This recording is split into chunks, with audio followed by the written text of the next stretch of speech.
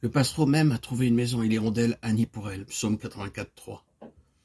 Vous avez tous vu le passereau rassembler des brindilles de paille ou de foin pour construire son nid. Le nid, une fois terminé, quel repos et quel réconfort pour le passereau.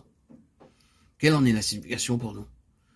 Ne nous est-il pas enseigné que notre Dieu, avec soin et patience, rassemble les matériaux en vue de se construire une habitation?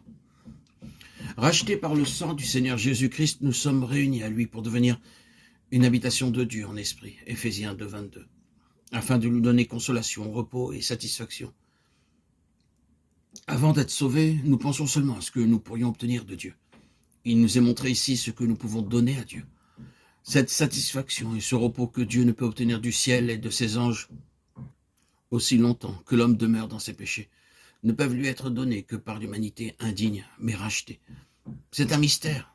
Lorsque vous commencez à comprendre la véritable signification de l'Église, sa grande valeur aux yeux de Dieu, alors ce mystère devient clair pour vous. Nous avons une conception superficielle du mot Église.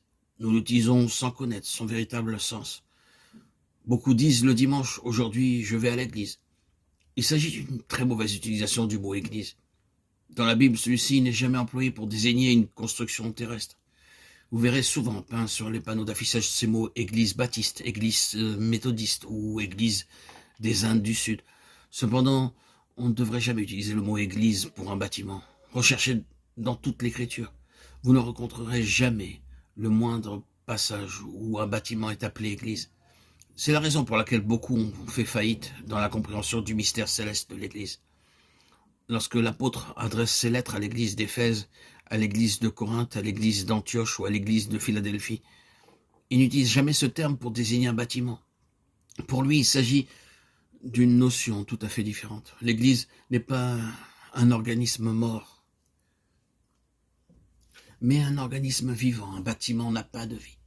Vous pouvez appeler une construction église baptiste, méthodiste, pentecôtiste, mais vous utiliserez d'une manière inadéquate le terme employé par le Saint-Esprit.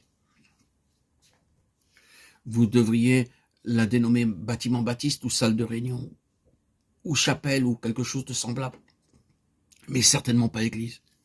Dans les Écritures, l'église représente uniquement ceux, hommes et femmes, qui ont été rachetés par le Seigneur Jésus-Christ. Nous voyons cela dans Actes chapitre 2 verset 47 où il est précisé que le Seigneur ajoutait chaque jour à l'église les âmes sauvées. Non pas à un bâtiment mais à un groupe de personnes qui croyaient au Seigneur Jésus-Christ et avaient reçu son Saint-Esprit. Par l'église, la sagesse et la puissance infiniment variées de Dieu sont révélées. Cette sagesse variée de Dieu ne peut pas être révélée par les anges mais par les créatures humaines rachetées par le précieux sang de Jésus.